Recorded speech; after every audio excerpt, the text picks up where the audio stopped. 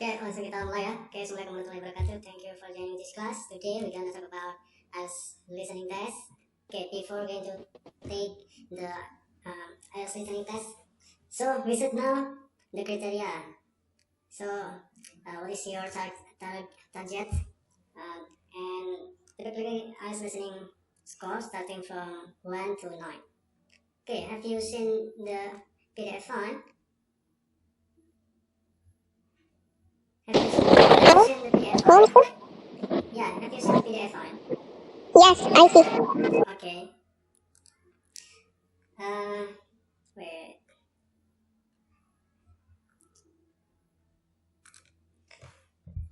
This is the criteria. So starting from 1 to 9. So if you want to go abroad. Mister, sorry, I'm not see because of very small. Oh, Can like before? Yeah. Yes. Okay. Like okay. okay, starting 1 to 9. So if you want to go to Australia or another country, you have to get 7 or 6.5. So this is the minimum score that you have to achieve in your IELTS listening test. So you can go to another country to study or anything else, or going to work and yeah, whatever you want. Jadi yang ditekankan dalam IELTS listening itu paling tidak kita bisa mendapatkan skor 7 atau predikatnya itu good user.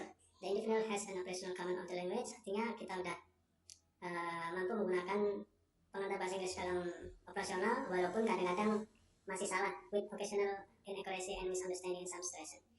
Tetapi generally handle complex language well. Tetapi kita sudah bisa menggunakan bahasanya secara kompleks. Ya artinya kita udah paham lah bagaimana percakapan yang kompleks. Kita udah paham maksudnya itu. Kita skornya 7, skornya udah di 8 sama 9 ini udah kayak nggak ada masalah sama bahasa Inggris listening itu udah orang ngomong ya udah kita tahu maksudnya tuh. Jadi ini benchmarknya dari skor 1 sampai 9. Kemudian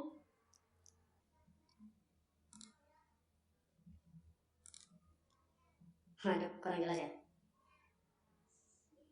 Ini adalah jawaban yang kita jawab di IELTS listening.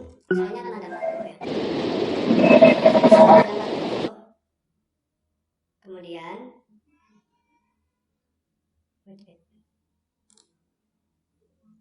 soalnya ada 40.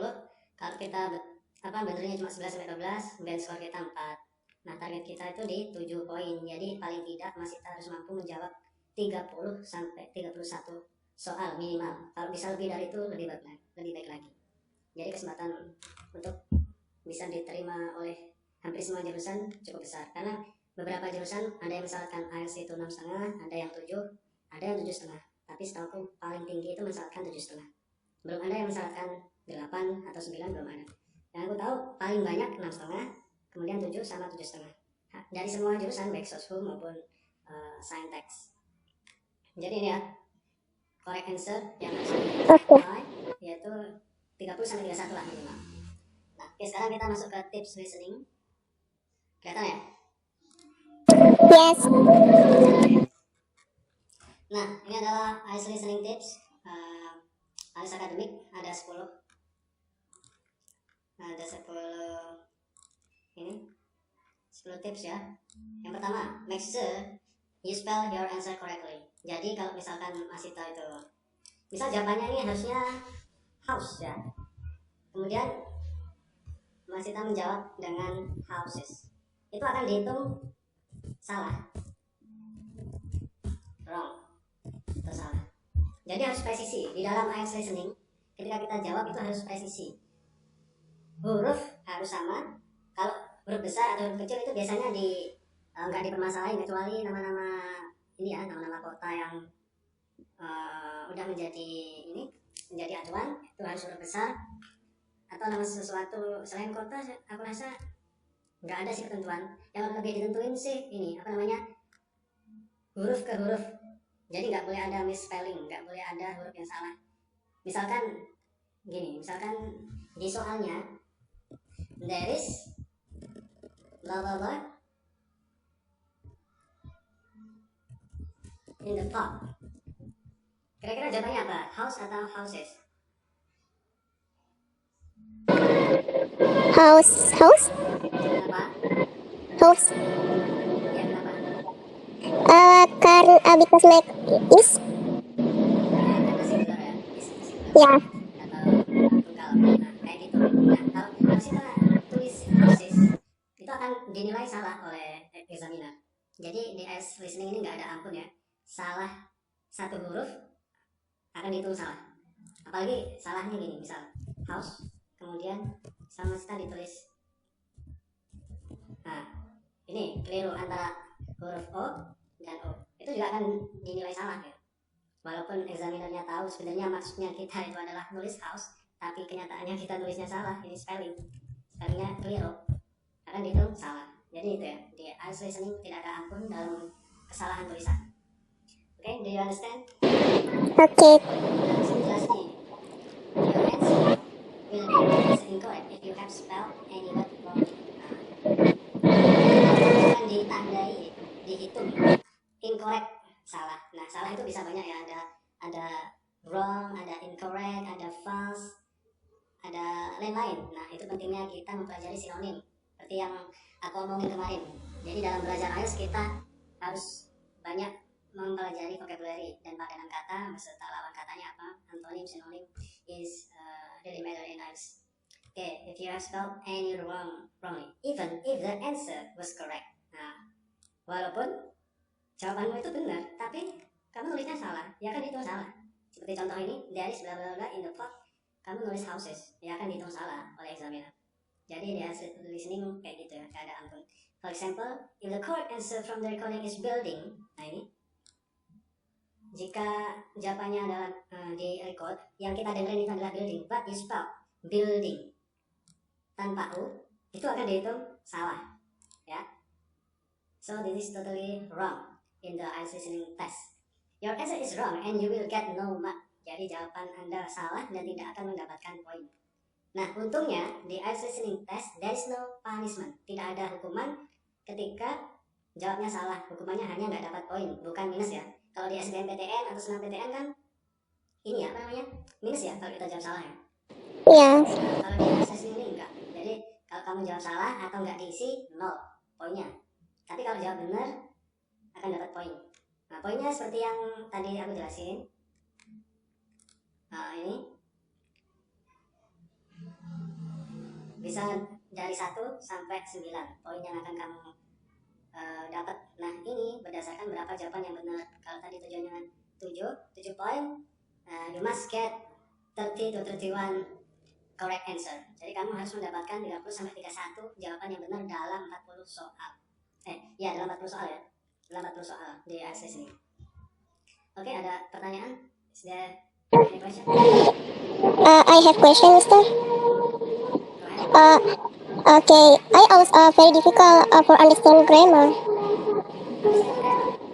Yeah, very difficult. Yeah. I think I mentioned yesterday that you have to focus on for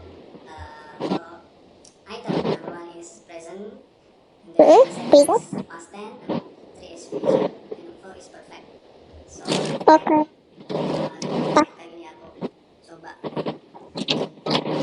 Tapi,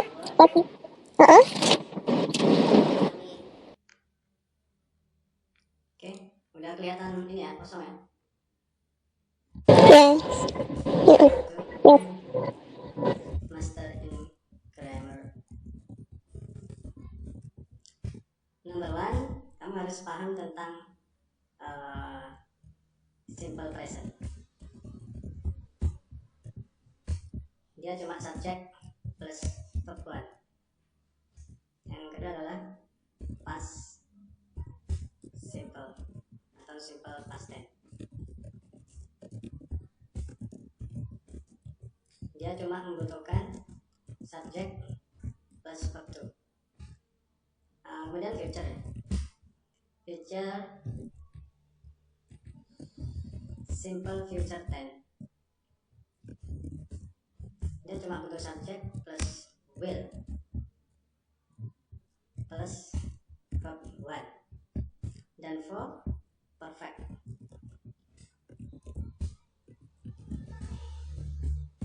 cuma butuh subjek, kemudian have atau has atau had, dan verb 3. Nah, jadi kamu harus ini. Pertama-tama kamu harus benar-benar memahami 4 poin ini. Nah, yang lainnya itu dia sebenarnya cabang-cabang dari 4 poin ini. Kayak misalkan kayak simple present continuous, dia cuma ya tinggal ditambahin doang sih, tinggal ini doang, subject plus to be plus verb in. Ada lagi present continuous, ada lagi apa ya, present perfect, present wait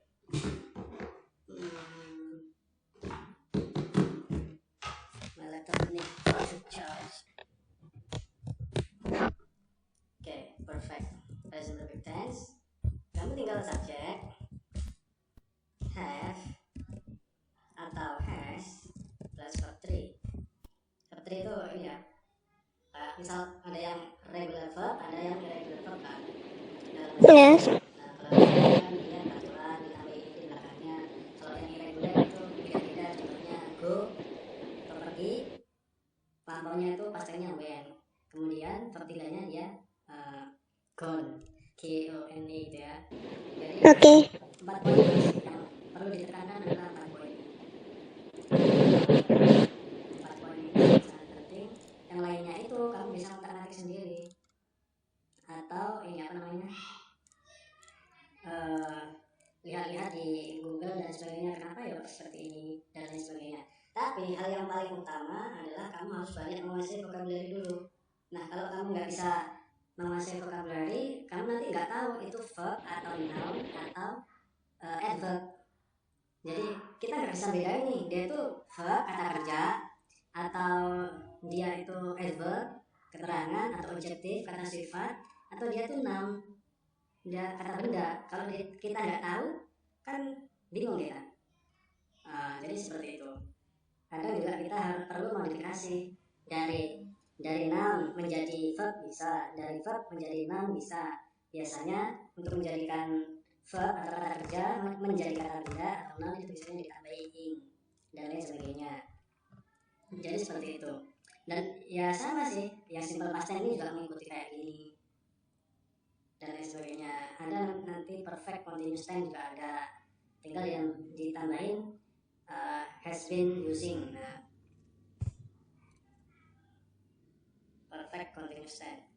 Jadi kalau di total itu ada 16, tapi yang terpenting itu adalah simple present, simple past tense, simple future tense, dan past tense, perfect tense atau kegiatan yang udah, gitu ya. Simpelnya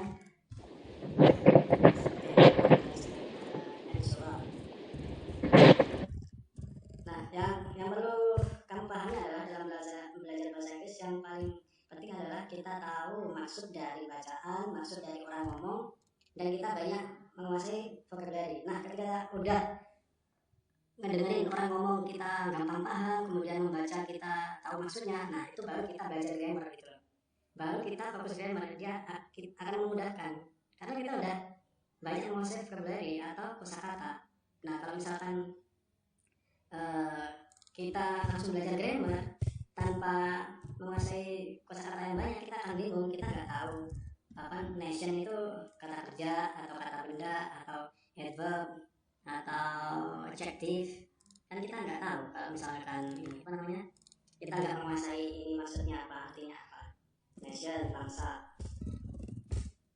Kalau bangsa berarti apa? Tentang berkaitan dengan negara? Enggak. Bangsa. Bangsa Indonesia. Negaranya country atau state? Country. Ya, kalau daerah Amerika biasanya dia nyebutnya state. Oh, street. Oke. Nah, ini kan berarti noun. Ini tuh kata benda bangsa loh. Ini tuh kata benda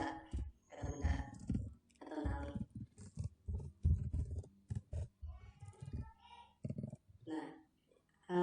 saranku adalah kamu harus banyak membaca, kamu harus banyak mengetahui maksud dari si bacaan, maksud dari orang ngomong, itu yang paling penting. Nah, untuk belajar grammar itu nanti ketika kamu udah merasa udah, oh aku ternyata dengerin sesuatu ini udah gampang paham, kemudian aku membaca bacaan kayak kemarin kita reading, oh aku udah tahu nih maksudnya ini, maksud bacaan ini udah inilah, aku udah mulai gampang, ya udah itu kamu udah bisa mulai fokus belajar grammar bersamaan dengan belajar ini writing.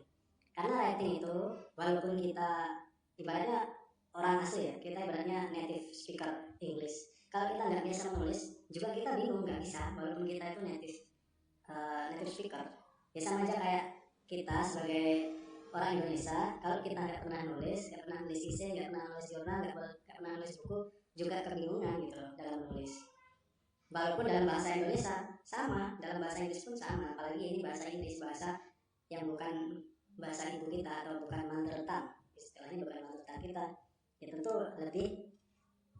lebih challenging atau lebih sulit sedikit. Tapi semua itu mungkin karena bisa dipelajari. Buktinya kan orang-orang bisa, pasti kalau orang-orang bisa ya bisa dipelajari gitu. Jadi saranku adalah perbanyak perbendaharaan kata dan coba mengetahui maksud dari bacaan gitu ya. Karena ini itu penting sebagai modal kita memahami satu, reading, bacaan, yang kedua listening, ngedengerin orang, yang ketiga sebagai modal kita untuk bisa speaking. Kalau kita vocabulary-nya terbatas, juga kita ngomongnya terbatas. Kita mau mengungkapin misalnya sebuah keadaan yang gelap di laut, itu kita kalau nggak tahu vocabulary-nya kita akan kesusahan dalam bicara. Nah, jadi seperti yang aku jelasin kemarin, kalau bahasa Inggris itu saling berkaitan satu sama lain. Tapi yang paling terpenting adalah jangan fokus ke grammar dulu, fokuslah untuk tahu banyak kosakata dengan membaca, dengan mendengarkan podcast yang dalam bahasa Inggris, mendengarkan interview orang-orang yang terkenal itu, businessman dan sebagainya, profesor dan sebagainya. Kamu bisa aja follow ngikuti atau subscribe di channel-channelnya universitas luar kayak gitu, kayak Cambridge dan lain sebagainya. Dia kan sering tuh ngupload video tentang kehidupan kampusnya, perkuliahan, seminar dan sebagainya. Itu juga akan membantu kita dalam memahami bahasa Inggris secara cepat. Karena manusia tuh akan mengikuti apa yang biasa ada di sekitar dia. Contohnya aja Bali ya, dia kan juga nggak paham tentang grammar, nggak paham tentang apapun, tapi karena setiap hari diajari ngomong sama orang tuanya dan lingkungan sekitar, lama-lama dia bisa. Padahal dia nggak tahu juga grammarnya, nggak tahu juga maksudnya dia. Aku beli buku, nggak bisa dirubah menjadi buku beli aku. Tapi dia tetap menggunakan aku beli buku, si bayi tersebut atau si balita tersebut, karena udah biasa dengar dari orang tuanya atau lingkungan sekitar. Sama seperti kita mempelajari bahasa Inggris, kita akan udah terbiasa seperti itu kalau kita udah biasa membaca, biasa mendengarkan orang interview, podcast dan sebagainya. Jadi fokus ke grammar itu setelah kita yang pertama cukup paham dalam memaknai atau mengerti maksud dari isi bacaan-bacaan. Kemarin udah disarani di chapters di pertemuan sebelumnya, bisa baca The Economist, kemudian The New Scientist, BBC, kemudian National Geographic. Itu adalah untuk mengatur otak kita terbiasa dengan hal tersebut. Nah, lama-lama akan mengenali. Jadi jangan fokus ke grammar dulu ya. Fokusin aja paham maksud dari isi bacaan dan paham orang ngomong apa. Terutama yang diomongin orang-orang native speaker yang menggunakan suaranya orang-orang native speaker. Nah, kadang kita dengan omongan yang sama, misal diomongin sama orang Indonesia dan diomongin sama native speaker yang dari Inggris, itu akan terasa berbeda di telinga kita, padahal yang diomongin sama. Cuma karena accent-nya yang beda atau logatnya yang beda, kadang-kadang otak kita perlu menyesuaikan. Nah, itu kan butuh juga kebiasaan. Jadi seperti itu. Ada pertanyaan?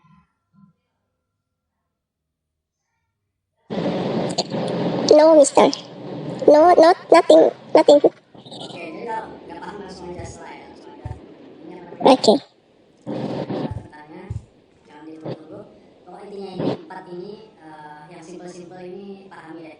Kalau yang ini apa namanya perfect tense ini pokoknya kegiatan yang udah, ya udah pokoknya udah ya udah sebagai penekanan. Aku dulu juga bingung sih bedain simple past tense ini perfect tense, kan sama-sama udah terjadi antara past tense dan perfect tense. Tapi kalau past tense ini biasanya ada yesterday, last night, last month, last day, last year, 10 years ago dan lain sebagainya. Tapi kalau di perfect tense ini untuk menekankan bahwa kita udah ngelakuin sesuatu, bahwa dia udah ngelakuin sesuatu, bahwa benda ini udah ngelakuin sesuatu, pokoknya itu. Nah, kalau simple future tense, simpelnya akan melakukan sesuatu. Kapan? Ya nggak tahu, pokoknya akan. Nanti akan dijelaskan di kalimat berikutnya biasanya. Pokoknya terpenting itu adalah memahami 4 poin ini dulu. Kalau dalam bahasa Inggris. Nah, untuk rumit-rumitnya sebenarnya ada 16 ya. Jadi simple present itu nanti ada 4 poin, simple past tense ada 4 poin, simple future ada 4 poin. Ya kayak gini, ada simple present, ada present continuous, ada present perfect continuous, kayak gitu. Oke, ada pertanyaan? Nothing, Mister. Oke, sekarang itu sumber udah banyak sekali. Kamu juga bisa menggunakan ChatGPT, Gemini dan lain sebagainya untuk tanya. Misal present future, present perfect tense dan past perfect tense, apa bedanya dan bagaimana penggunaannya, tulis aja di ChatGPT. Nah, nanti dia akan menjelaskan nih. Aku pun juga kadang untuk membedakan sesuatu yang nggak aku pahami, aku bertanya juga ke AI, cari di Google atau di bacaan kalau ada misalkan di apa di definisi tertentu AI kadang nggak paham juga karena kadang juga dia terbatas. Ya kita harus cari di ini hasil penelitian atau hasil wawancara seseorang yang di upload di Google, baik di website dan lain sebagainya seperti itu. Jadi aku rasa sekarang itu sumber sudah banyak, cuma ya tergantung kitanya menggunakannya seperti apa. Jadi seperti itu ya. Nah, yang paling penting dalam belajar bahasa Inggris juga apa dalam mempelajari grammar nanti kamu harus tahu noun, kemudian verb, kemudian adjective, kemudian adverb. Misalkan ini ya, he is handsome. Oke, he ini adalah subjek. Iya, lagi. Isinya adalah verb. Ini namanya auxiliary verb ya. Apa verb yang berasal dari kata ini, kata bantu, kata to be, is, am, or, kayak gitu. Terus handsome ini adalah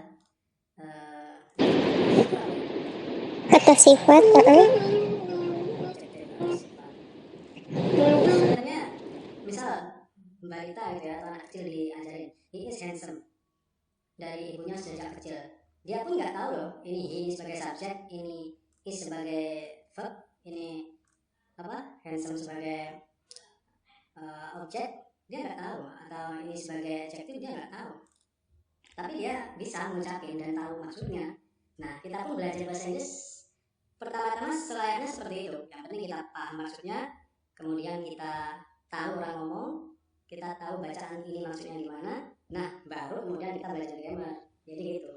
Kalau kita langsung belajar grammar, sedangkan kita nggak tahu apa itu apa kosakata yang cukup, ya juga akan kesulitan karena kita harus membedakan antara noun, kemudian ada verb, ada adjective, ada adverb dan lain sebagainya, ada determiner, ada apa lagi, banyak sekali, ada conjunction atau kata hubung, ada interjection atau kata perintah, kata seru, misalkan look at me, nah itu biasanya tanda seru tuh, itu interjection. Nah itu pun kita perlu mengetahui ketika kita udah familiar lah, kalau kita sebut tuh orang ngomong gitu di TV atau di radio dalam bahasa Inggris, kita paham di paling enggak 60%, 70%, 80% gitu orang native ngomong. Kemudian bacaan yang seperti kemarin kita bahas itu paling enggak kita udah paham. Nah itu baru kita bisa belajar grammar itu dengan cepat gitu. Daripada kita belum punya modal vocabulary yang banyak, belum cukup mampu untuk memahami isi bacaan, kemudian belum cukup mampu untuk mengerti orang ngomong dalam listening, khususnya yang ngomong itu orang luar, Karena kalau yang ngomong orang Indonesia biasanya telinga kita lebih familiar gitu, lebih gampang. Misalkan ya kayak kita ngomong aja is handsome, ini orang UK juga nggak akan seperti logat kita ngomongnya, dan mungkin juga nggak begitu jelas. Nah, untuk mengetahui perbedaan-perbedaan itu ya kita harus melatih telinga kita dengan menonton video di YouTube dan lain sebagainya. Ya pelan-pelan aja sehari-hari, apa kalau lagi bingung atau apa ya lihat apapun entah yang lucu atau yang disukai dalam bahasa Inggris, lama-lama akan terbiasa. Jadi seperti itu. Ada pertanyaan? Nothing, Mister. Oke, sekarang kita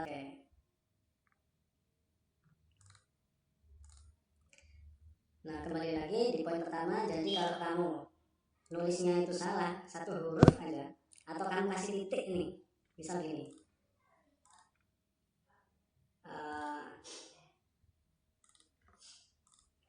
kamu jawabnya how titik se, kan secara spelling ini benar ya, tapi ada titiknya atau ada komanya. Nah, itu akan dihitung salah juga, atau ada titiknya itu akan dihitung salah juga oleh examinernya. Jadi seperti itu dalam IELTS listening test ataupun nanti di reading. Di reading itu juga ada jawaban yang kita nulis sendiri, nggak semuanya kita milih. Jadi nggak seperti di TOEFL ya. Di TOEFL itu kita cuma butuh milih doang, A, B, C atau D. Itu. So yeah, I think there are some different part from the TOEFL. Okay. The second is use the exact word or number given in the recording. Nah, ini juga gak kalah pentingnya ini. The exact word or number given in the recording. Jadi kamu harus menjawab di IELTS listening test itu sesuai dengan perintah. Ya, kalau di perintah soalnya please answer only 2 words. Tolong jawab dalam 2 kata aja. Itu nggak boleh kamu menjawab gini, menjawab 2 kata, misalkan big house ya. Big house kan berarti 2 kata ya. Kamu jawabnya gini, kamu jawabnya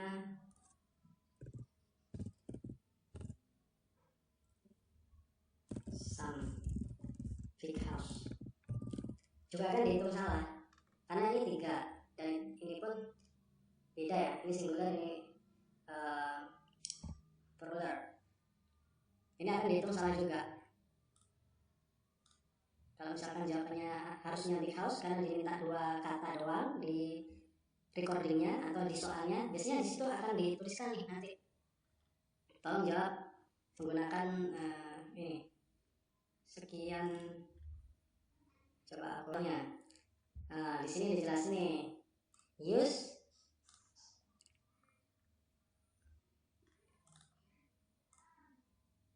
ini apa namanya, using no more than 2 words or a number.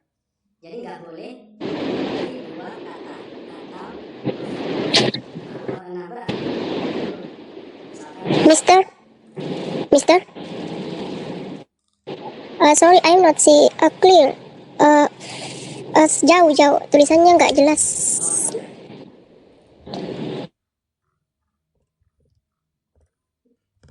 Udah jelas? Dimajukan dikit lagi, sedikit. Oke. Ya. Oke. Ya. Using no more than 2 words or a number. Jadi kita nggak boleh menggunakan jawaban yang melebihi 2 kata dan gabungan dengan number atau nomor. Misalkan 12 people. Ini ya, 12 people. Nah, ini boleh karena ini nggak melebihi 2 kata, atau ini gabungan antara number dan words. Ini nggak masalah, ini boleh. Atau ditulis 12, atau ditulis huruf besar semua. 10 people, nggak apa-apa. Ini 2 huruf, 2 kata. Jadi benar, nggak salah. Bisa ditulis 10 people antara gabungan nomor dan huruf, bisa juga ditulis huruf semua. apa ya huruf semua. Jadi kalau ada perintahnya kayak gini berarti artinya jawabannya ini. Nah yang nggak boleh itu adalah misalkan ditulis gini, some, ten, many, 10 people, itu nggak boleh, dilarang karena melebihi perintah ya, karena melebihi perintah. Mister, can I add something? Ini berarti kalau misalkan kita menggunakan 12 people, berarti itu dia penggunaan kan di situ number ya. Number dengan satu kata. Berarti number dengan satu kata itu digabung boleh tuh? Kayak 12 people. Berarti 15 people begitu juga. Sama, begitu. Iya, Ya karena mesti. ya yang nggak boleh adalah melebihi dua kata. Oh, yang penting. Jadi kalau kata digabung dengan nomor itu. Nggak apa-apa. Oh, saya kira itu hanya nomor saja, tidak boleh digabung dengan kata karena or a number. Boleh.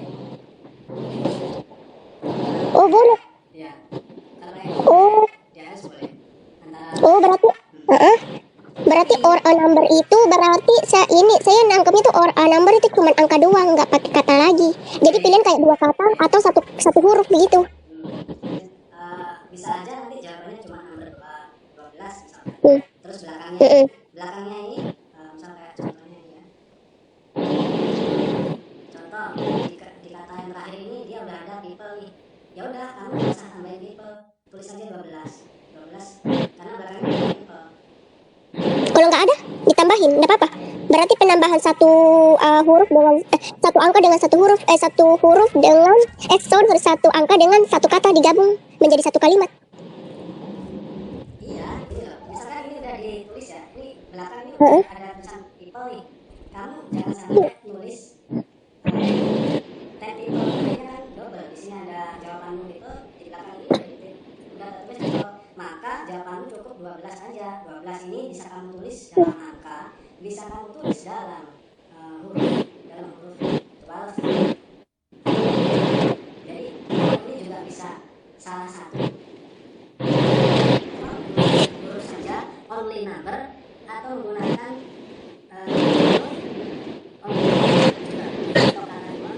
yang penting gak melebihi two word, no more than two word.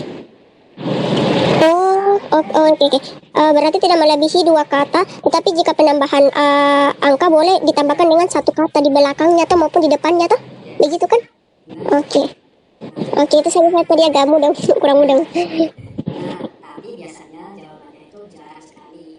Yang membutuhkan kombinasi kayak gini jarang sekali. Biasanya belakangnya ini sudah ditulis misalnya jawabannya cuma huruf doang atau cuma angka doang, ada kayak gitu, kadang cuma nama doang, siapa misal namanya Johnson, kadang itu nanti di listening dia akan mengejanya Johnson.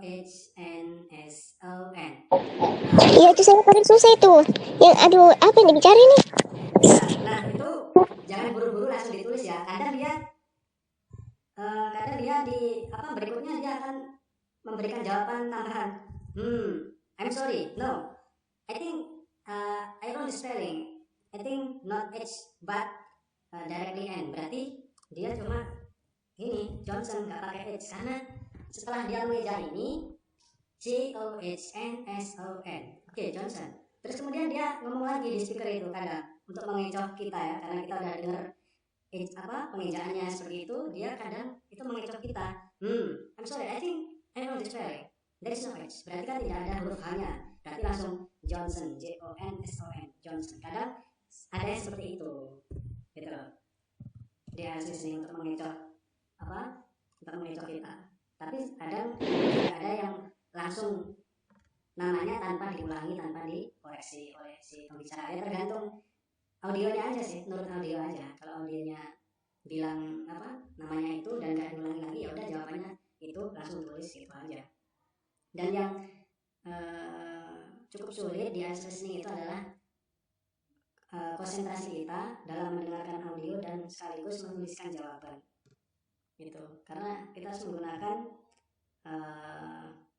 pendengaran sekaligus dengan menulis. Konsentrasi mendengar dan sekaligus menulis itu cukup struggle dalam apa ya, agar terbiasa dengan kebiasaan tersebut, caranya ya ini apa namanya, berlatih hari ke hari, itu tetap berlatih. Jadi seperti itu. Ada pertanyaan di sini di contoh ini? Nothing, Mister. Oke. Next, oke. Jadi seperti itu ya.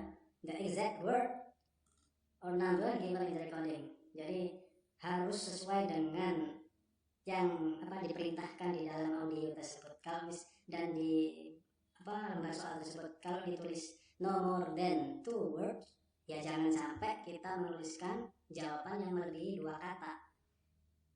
Boleh lebih dari 2 kata, angka dan kata. Tapi biasanya lebih amannya gunakan 2 kata aja, 2 kata aja.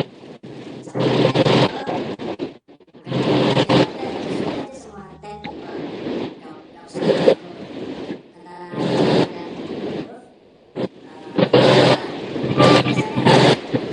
nggak dipermasalahin sih. Tapi ya untuk jaga-jaga aja, ya udah tulisin aja, tulis huruf semua. Nah, di sini the correct answer will always be exactly the same as the spoken on the recording. Jadi jawaban akan selalu sama dengan apa yang ada di audio, apa yang kamu dengar di audio. There will be no paraphrasing. Nah, jadi di listening itu tidak ada jawaban yang paraphrase. Semua diucapin sama audionya. If you find need to change or different conjunction of tense, for example, your answer will be wrong. Jadi kalau kamu mengubah jawabanmu, misalkan semula verb jawabannya, tapi kamu rubah menjadi noun, dia akan dihitung salah. Jadi seperti itu, harus menjawab sesuai yang diomongin. Kemudian yang ketiga, check the word or number limit given in the question and stick to it. Nah, ini seperti yang dicontoh soal tadi, cek kata atau nomor batasan yang diberikan dalam pertanyaan dan stick to it, tetap jadikan acuan hal tersebut. Contohnya ini, hyphenated word count as one word. Contohnya old fashion atau fashion yang jadul, ketinggalan zaman. Ini di man count as two word. Walaupun ini ada 3 ya, ada 3 kata, ada man, ada fashion, ada old, tapi di sini dikasih hyphen atau ini tanda hubung, itu dihitung satu ya, dihitung satu kata ini kalau ada hyphennya. Nah, ini dihitung satu kata. Jadi old fashion man ini dihitung sebagai 2 kata. Kayak gitu ya. Oke? Mister, itu kan kita old fashion man kan dihitung 2 kata. Berarti yang ada tanda kayak tanda penghubung itu berarti dia terhitung 1 kata doang ya? Ya, betul sekali. Betul sekali. Biasanya kalau dia tidak ada tanda pemisah, kalau dia tidak ada tanda itu sama sekali, berarti di situ old fashion man menjadi 3 kata, toh? Iya, dia dikasih hyphen, dia akan menjadi 3 kata. Dan kalau di perintahnya, di soalnya listening dia meminta only 2 word, hanya 2 kata, itu akan dihitung salah. Old fashion man kalau nggak ada kata hubungnya, dia terhitung 3 kata dan akan dinilai sebagai jawaban yang salah. Jadi itu ya kerjanya di IELTS listening, jawaban harus benar-benar dengan apa yang diminta oleh soal dan apa yang ada di audio. Oke? Mister, bagaimana cara mengetahui tanda kata-kata yang ada tanda penghubungnya itu? Nah, dari kebiasaan, dari kamu baca, dari kamu dari baca-baca di berita, di divisi, kamu mendengarkan podcast dan lain sebagainya. Nah, kalau kamu misalkan nggak paham atau ragu nih, old fashion man seharusnya aku tulis apa ya? Padahal di perintahnya disuruh nggak boleh lebih dari 2 kata. Tapi aku mendengarkannya audionya itu bilang old fashion man. Ya udah, kamu jawab ini aja. Kalau kamu nggak tahu misalkan seharusnya di hyphen atau enggak, jawab aja 2 kata, entah itu fashion man atau old fashion. Tapi kalau belakangnya ini titik-titik gitu ya, belakangnya udah di soalnya ada tulisan man, ya udah berarti kamu cukup tulis old fashion tanpa tanda hukum nggak apa-apa, tanpa hyphen nggak apa-apa. Jadi lihat aja soalnya, tapi jarang sekali jawaban yang seperti ini. Jawaban yang menggunakan hyphen, kata hukum seperti ini jarang sekali. Mayoritas sih jawabannya berpisah-pisah sih, berpisah katanya itu nggak terhubung. Biasanya itu nama orang, nama kota, jumlah uang, kayak gitu-gitu. Jadi nggak membutuhkan hyphen. Ada, cuma jarang sekali muncul di IELTS listening test jawaban yang menggunakan hyphen tadi. Jadi jangan terlalu khawatir tentang. Oke. Oke, Mister. Number 4, the word limit means up to, and including that limit.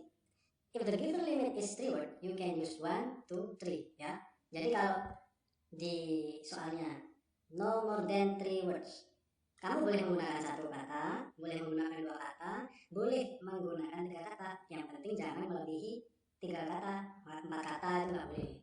Tapi kalau 1 kata boleh, karena dikasih tahu no more than 3 words. Artinya kita nggak harus menjawab dengan 3 kata. Bisa jadi kita menjawab 1 kata kalau emang jawabannya adalah 1 kata menurut yang kita ketahui, yang kita pahami dari audio tersebut. Oh ternyata jawabannya cuma 1 kata, fashion misalkan. Ya udah tulis aja fashion, nggak harus dipaksakan many fashion in atau ditambah-tambahin apa, nggak usah, karena ini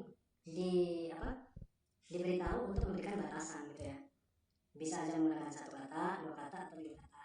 Jadi nggak harus 3 kata, sesuai yang sesuai yang ada di IELTS listening test. Jadi bisa menggunakan 1 kata, 2 kata, atau 3 kata.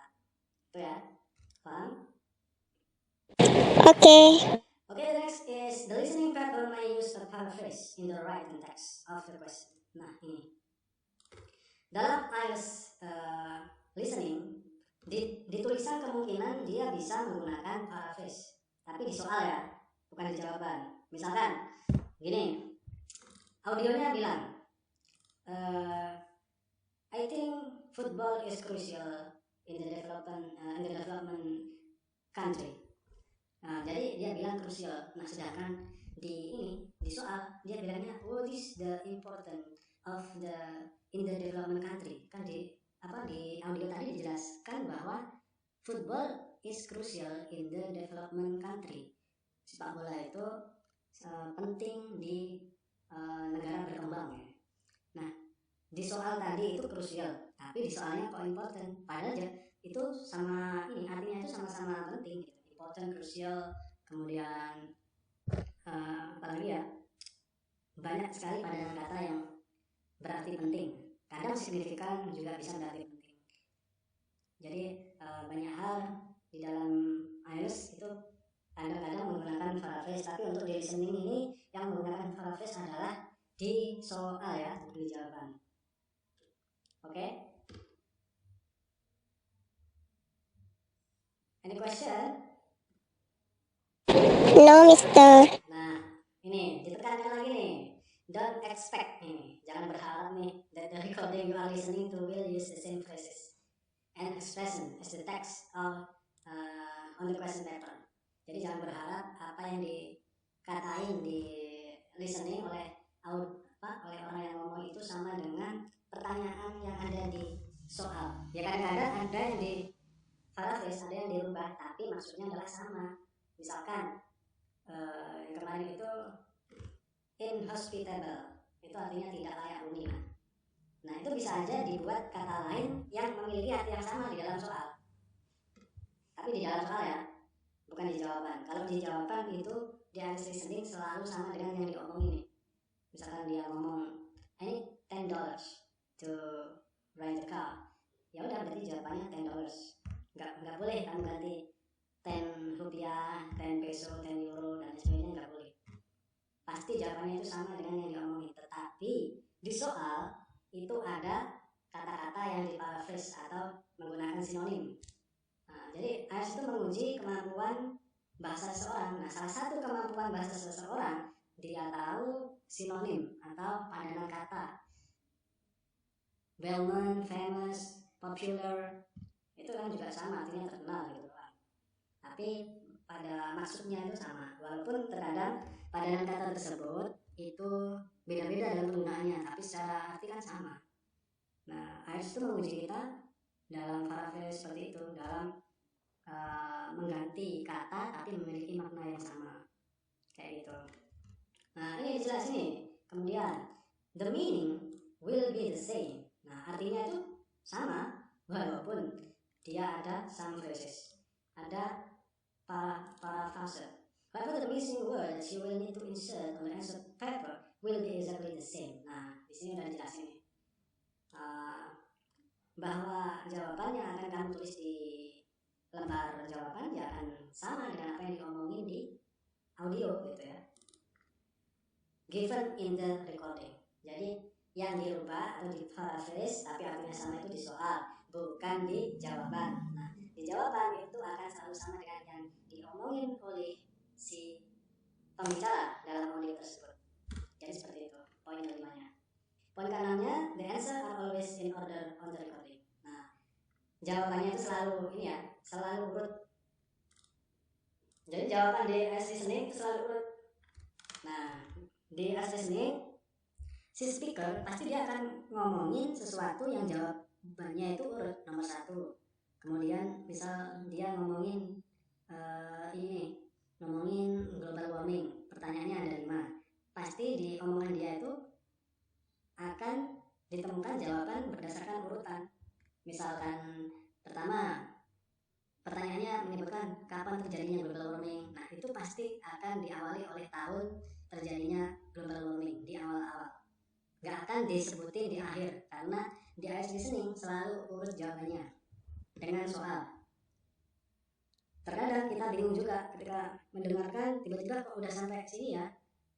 Contohnya yang bercerita tentang tahun terjadinya global warming. Kemudian yang kedua bercerita tentang siapa saintis yang mengamati fenomena global warming. Nah, ternyata kita ini apa ya, nggak terlalu dengar tahunnya, tiba-tiba kok udah membahas saintis yang ini mengamati tentang global warming. Ya udah lewatin aja karena nomor 1 itu udah lewat. Kalau di audionya udah berbicara tentang saintis siapa yang mengamati global warming, ya udah let go aja. Jadi nomor 1 itu tinggalkan aja, jangan terlalu dipikirin, ngikutin yang ada di audio.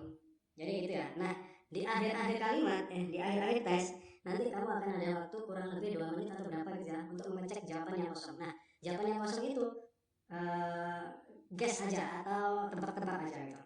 Kalau misalkan dia multiple choice, jawaban pilihan A, B, C, D, ya kamu ini aja kira-kira daripada dikosong ya.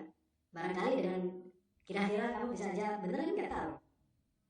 Jadi seperti itu ya, seperti itu triknya. Kalau audio udah berbicara di dalam soal berikutnya, ya udah soal yang sebelumnya yang kita belum tahu jawabannya lewatin aja, jangan terlalu dipikirin.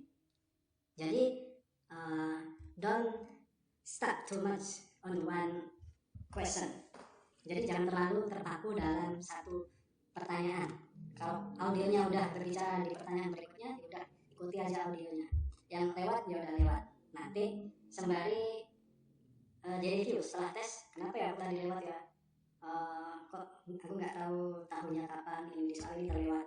Ya udah direview kembali. Oh ternyata nyebutinnya setelah ini gitu. Misalkan after 1991. Jadi seperti itu. Ada pertanyaan?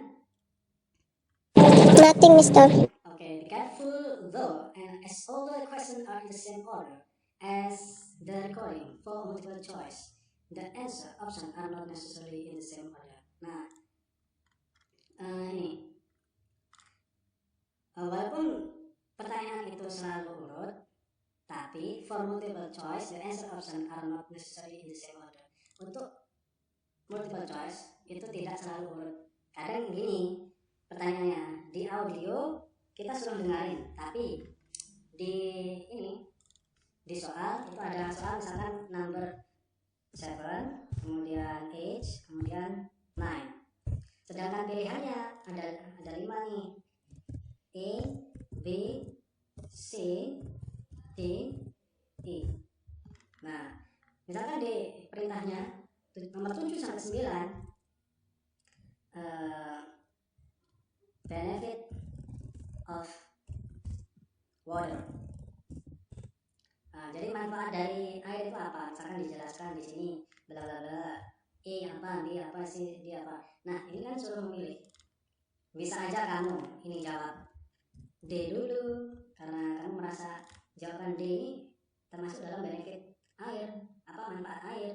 Kemudian A, kemudian C. Ini nggak masalah kalau untuk soal-soal case seperti itu ya. Atau kamu jawabnya kebalik, C, kemudian A, kemudian D. Atau kamu kebalik lagi, misalkan A, kemudian C, kemudian D. Nah, itu nggak masalah. Yang penting memang A, C, D ini adalah benefit of water atau manfaat air yang dibicarakan di dalam audio. Itu ya, dalam case-case tertentu nggak urut, jawabannya nggak masalah. Oke? Any question? Nothing, Mister. Okay, next. Use the guide words in the recording.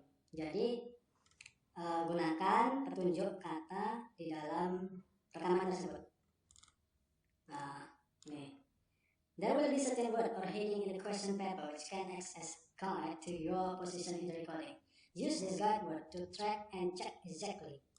Nah, petunjuk kata itu digunakan untuk ini men-tracking dan mengecek where you at all times. You have to answer, you do not get lost. If you define you are momentarily lost, listen out for the next guide word or words to locate the position in the recording. Jadi gunakan kata-kata bantuan yang ada di soal. Ya misalkan kayak apa?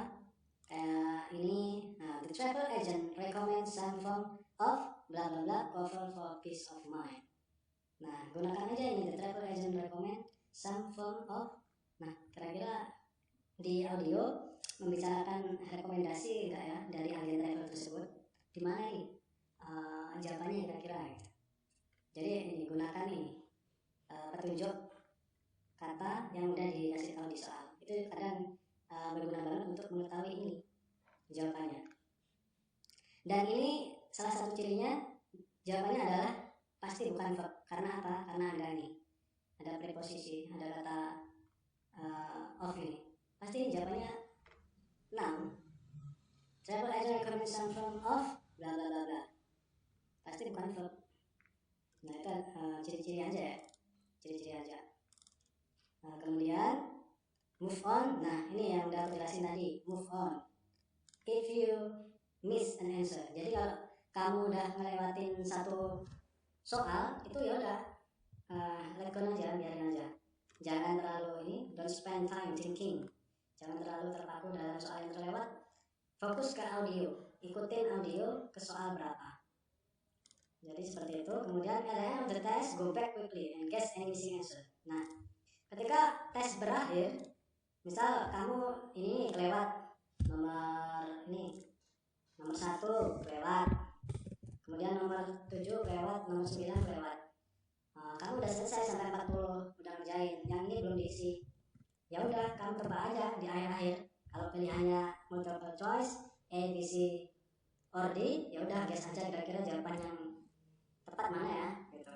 Yang kira-kira berkaitan. Kemudian nomor 7 juga begitu. Kalau misalkan jawabannya itu menulis sendiri atau fill in the blank, ya udah kira-kira jawabannya mirip-mirip dengan nomor 8, nomor 6 itu apa ya, yang kira-kira mendekati jawaban tersebut. Jadi seperti itu. Ketika kita udah selesai dan ada yang missing atau terlewati, coba untuk guess aja atau kira-kira kemungkinan jawabannya apa.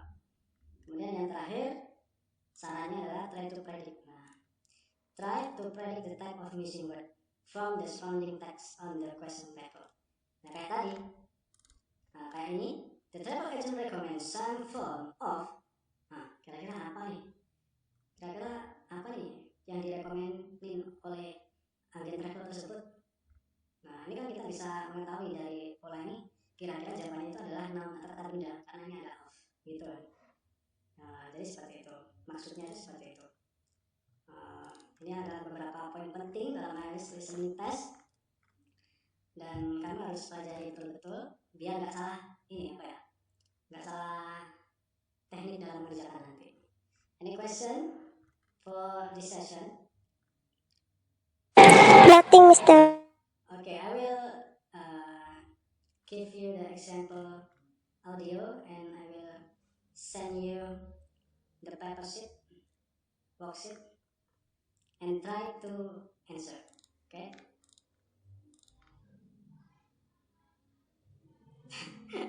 Loh, sambil makan nggak apa-apa kok. Sambil makan nggak apa-apa. Santai aja.